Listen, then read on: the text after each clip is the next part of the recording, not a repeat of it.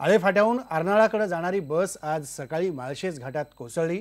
यात 27 जणांचा मृत्यू झाला तर 10 जण जखमी झालेत। एसटीला ट्रकची धडक बसल्याने एसटी माळशेज घाटात दरीत जवळपास 40 फूट खोल कोसळली। हा अपघात इतका भीषण होता की एसटीचे 2 तुकडे झाले। माळशेज घाटात टोकावडे इथं हा अपघात झाला। बस खोल दरीत कोसळल्याने बचाव कार्यात अडथळे आले।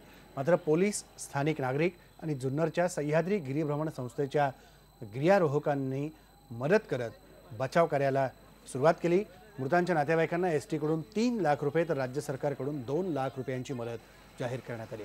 माळशेज घाट दुर्घटनेबद्दल मुख्यमंत्र्यांनी दुःख व्यक्त केलंय।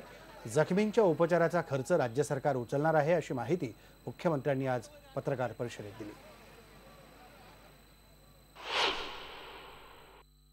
बस तर खूप खालवर गेले होते आणि काही बॉडीज पडल्या होत्या, जे लोक होते काही शुद्धीवर येत होते, काही अनकॉन्शियस होते। तुम्हाला कळालं ॲक्सिडेंट झालाय किंवा काही होतंय, तुम्ही झोपेत होता तसं तुम्ही म्हणाले? हो, कारण काय लोक एकदम ओरडली आणि I think I felt the bus going downstairs. मुखात राम राम नाव घेऊन जावं लागते का कधी माळशेज पार होईल। मग आज शासनाने त्याच्यावर पैसे खर्च करावेत। आज एवढा मोठा विशाखापट्टणम मुंबई हा हायवे होतोय आणि याच्यावर जर असं किरकोळ नुसते आपलं डागडुजी करून हा प्रश्न मिटणार नाही, नाहीतर हा रस्ता बंद झाला तरी चालेल। अंदाजे 10 पेशंट माझ्याकडे आले होते, त्यातले 5 क्रिटिकल होते, त्यातले जे 2 आहेत ते ऑन द वे पुण्याला जात असतानाच एक्सपायर्ड झाले आणि बाकीचे 5 जण माझ्याकडे ॲडमिट आहेत। त्यातली 3 जणांची कंडिशन ही फार क्रिटिकल आहे।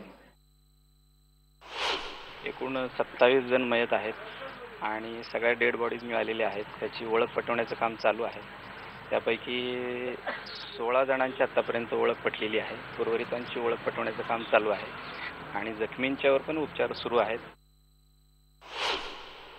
ही अत्यंत दुःखद घटना आहे। या घटनेची चौकशी चालू आहे।